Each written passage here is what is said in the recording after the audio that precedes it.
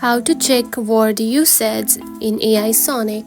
If you have been using the AI Sonic application and wondering on how to check the word usage that you have did on your projects, don't worry. In this video, I will show you how to do it. So let's get started. First of all, open the application just like this. After opening it, you will find something like this on your home screen.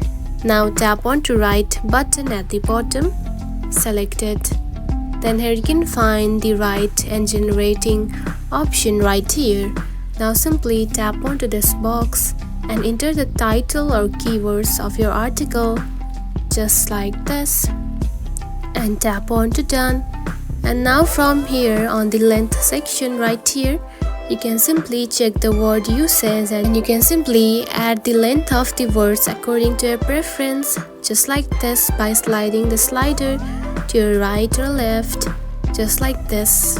Now simply add to 1 point just like this, and now you can see the word usage is only 600. Now after that, tap on to generate, and after that you can simply create and generate about this topic up to 600 words. And that's it. This is how you can check word usage in AI Sonic. If you found this video helpful, don't forget to like and subscribe for more tips. Thanks for watching.